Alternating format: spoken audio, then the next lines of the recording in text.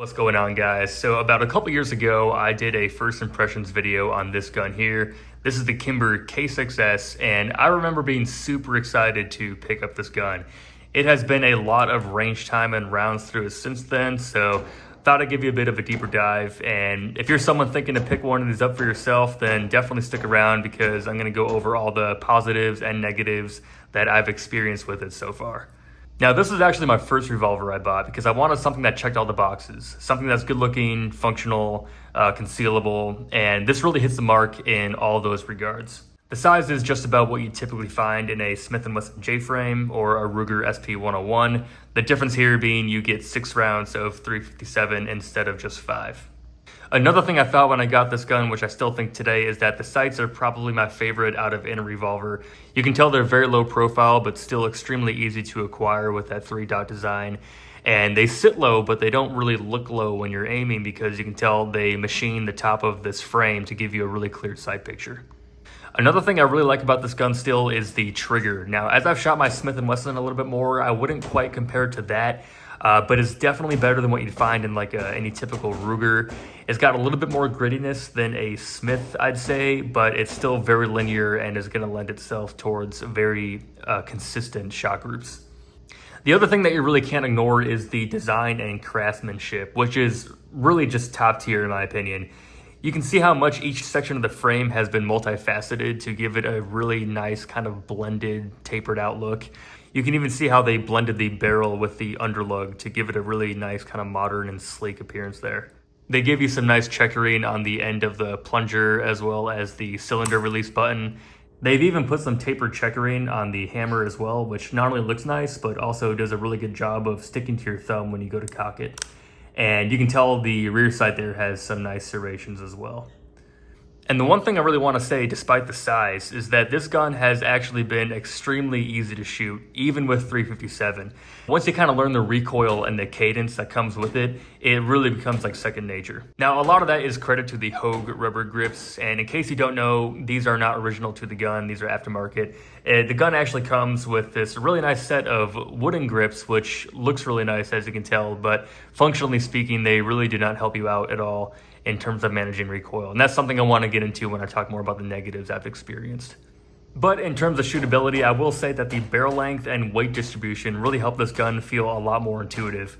And that's going to help you out if this is your first revolver and you're coming from like, typical polymer frame guns like a Glock 19. Some of the larger revolvers like your K frames and L frames are going to be a bit more top heavy and front heavy if they have something like a 6-inch barrel. So this one is really nice in that regard.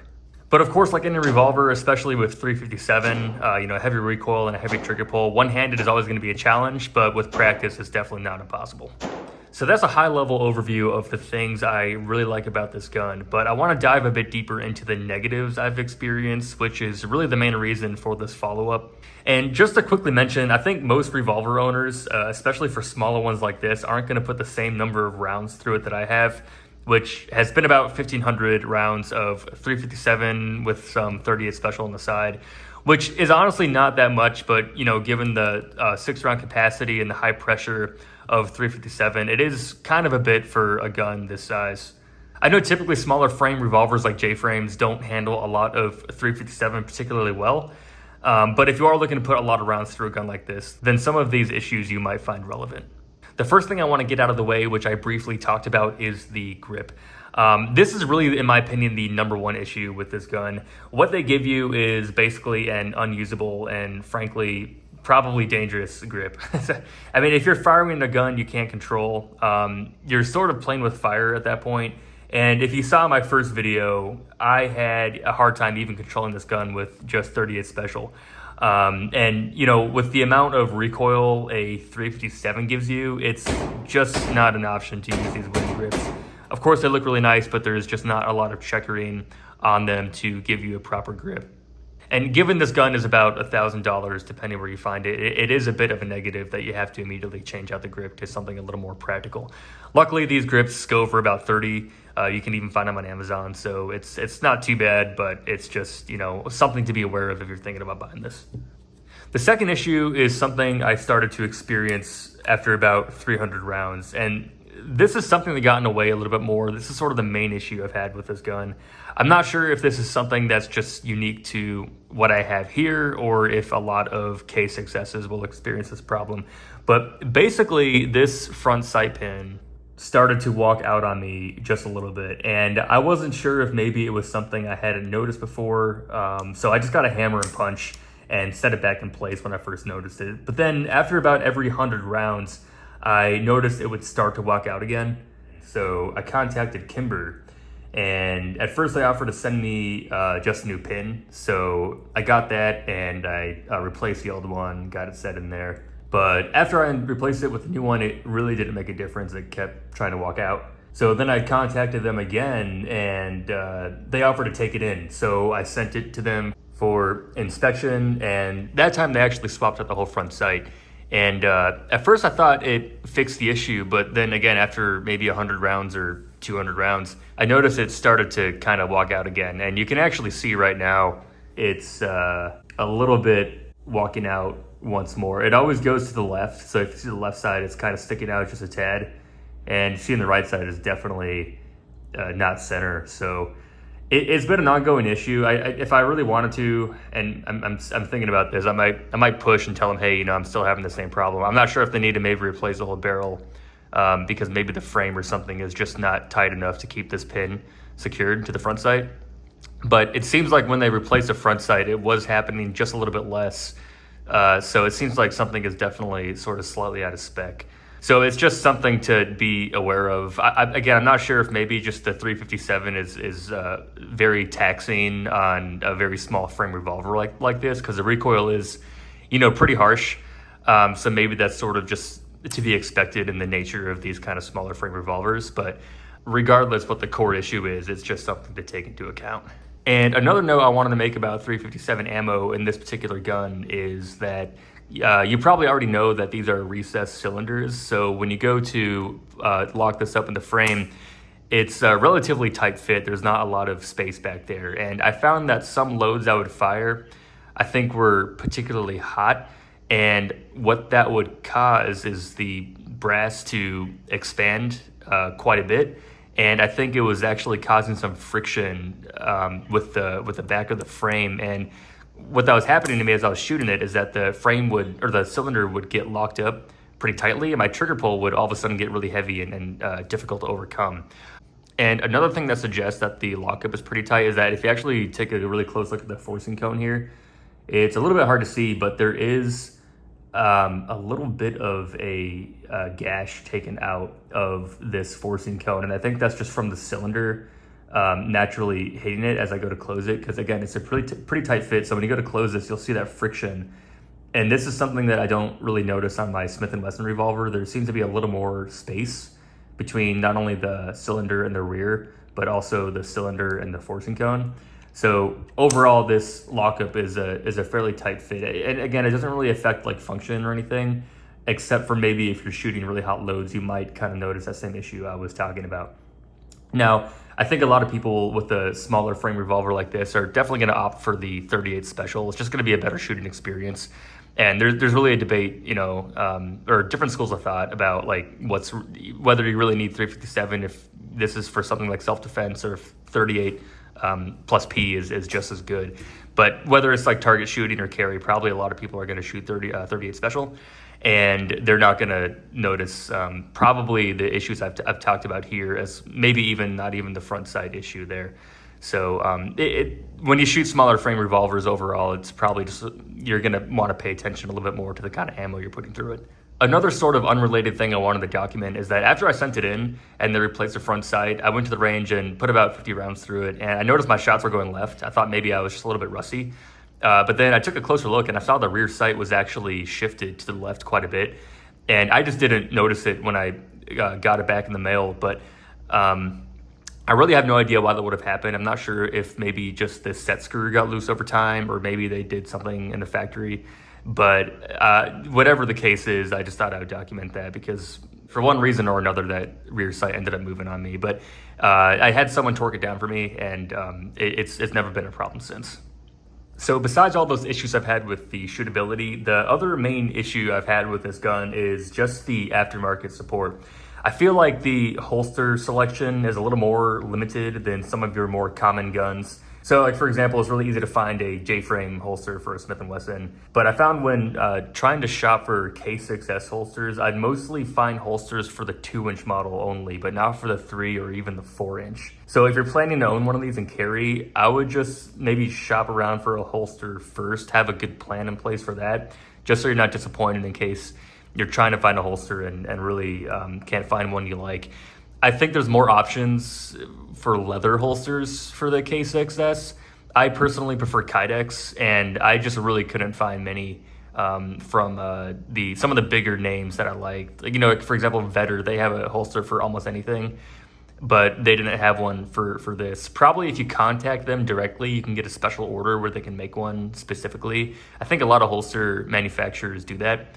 But if you're someone that kind of likes to shop around a lot, try out a lot of different holsters and see what really works for you, then that's probably going to be a little bit more difficult for a gun like this.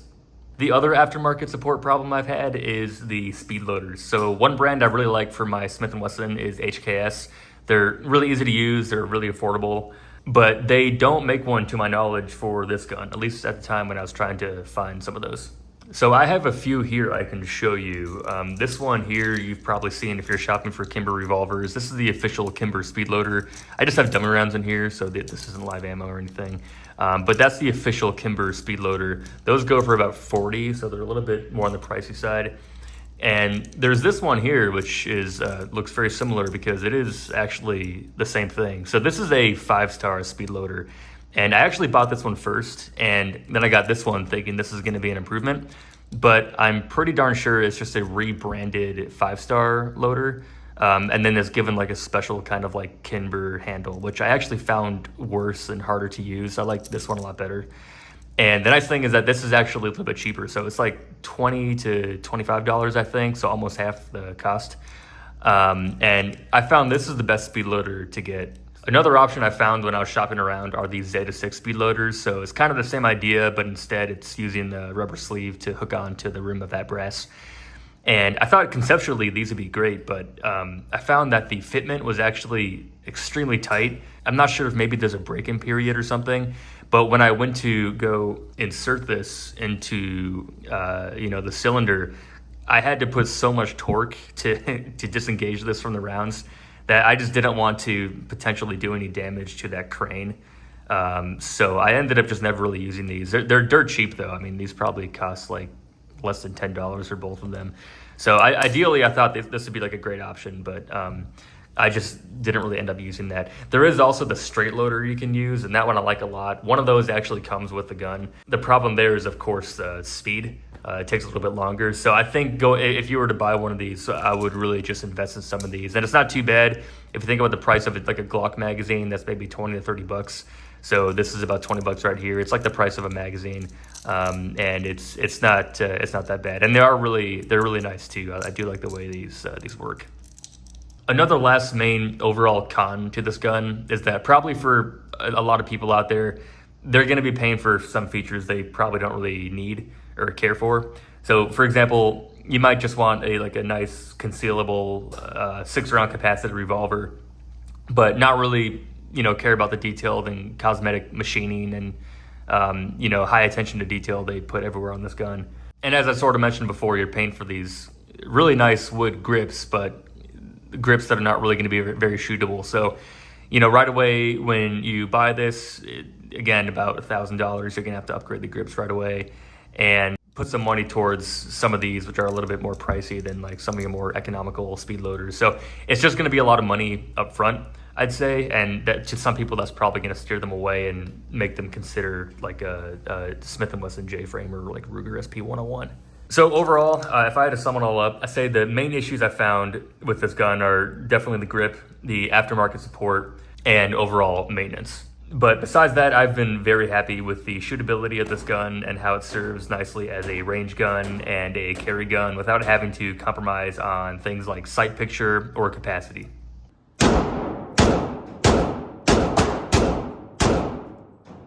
And a general note I have about the K6S lineup is that I really think the 3-inch barrel option seems to be the only logical choice to buy, in my opinion. The frames are the same for all types, whether you get a 2-inch barrel, 3-inch, or 4-inch. Of course, with a 2-inch barrel, you lose a lot of that velocity, so there's a lot of debate whether or not those are actually practical. And on the flip side, I think with the 4-inch, you're just adding a little bit of unneeded length to a small frame, which will make you lose just a little bit of that concealability. Another point I wanted to bring up about the 4-inch is that there's really not a good grip option that matches that extra barrel length. So for example, I was looking for something like this that would just kind of be a little bit bigger to match that extra length. And I found this is the only grip that Hogue actually makes, at least for the DASA model. So that wasn't an option. And I know there's a brand called Lock, and they make a grip for the K6S, but it's really pricey at about $125. And it's a really big too, and it doesn't really kind of match the smaller frame of the overall gun. So that kind of turned me off from potentially buying the 4-inch model. And I think the 3-inch is just the best, all around K6S they have. Another thing I've seen in a lot of the comments in my old video is that people complain about how short the plunger rod is. And this is actually the same length across all models. And people say that, well, when you upgrade from the 2-inch to the 3-inch, there's extra space under the barrel. So you could expand that underlug space to accommodate a larger plunger. And while that is true, I have never had an issue reloading this, especially, when you reload a revolver like in a stress reload fashion, you're going to flip it up like this and go ahead and hit that plunger. The brass always comes right out, no problem. Maybe some people just want to be able to hold it like so and just kind of press that and have all the brass fall out. It won't expand the brass all the way, which I can even just show you right now. So again, these are dummy loads. And if I go ahead and put that in there, then you see, and a lot of revolvers do this. It's not even some of the K-frames. So you're gonna, anytime you're loading or unloading a revolver, you're gonna want gravity to be your friend. I've actually sometimes just reloaded this, like grabbing it like this after I'm done shooting, keeping my finger away from that forcing cone because that gets pretty hot. And I just use my thumb and I just do this. And even with hot brass that's expanded, I've never had any issue just getting all that brass out. So some people might prefer a longer rod there, but I haven't found it to be a problem. If anything, you get a little more mass in the front to tame recoil. It's not going to be much, obviously, but again, I just haven't found that to be an issue. So overall, it's a great gun. If I had to give a final verdict, I'd say maybe they could just improve the overall ruggedness and aftermarket support. And it'd also be really nice if they gave you the Hogue grips right out of the box, just like they actually do that with the K6S. If you look at those, it has a grip that's just like this, which I believe is from Hogue. In any case, it'd be nice if they just gave you rubber grips. And then, maybe just kind of throw in 1 or 2 of these guys just to get you started. But if you want a very nice looking do-it-all revolver, I can definitely recommend this one. I think it's the best overall in this size category. I would definitely choose this over like a J-frame. Not to knock on Smith & Wesson, I do love Smith & Wesson revolvers, but I think this one, just given that you get that extra round, that's already a huge plus. And as long as you're okay with, typical potential small frame revolver issues and the price, then you really can't go wrong with this one. So yeah, that is all I got for this video, guys. Let me know what you think in the comments. And if you have one of these also, I'd also like to hear your experiences with it. Like if you experience something similar with the front sight, or if that's just unique to me, that would be good to know, because that would kind of change maybe some of the opinions I have on the K6S overall. But yeah, that's all I got, and I'll see you all next time.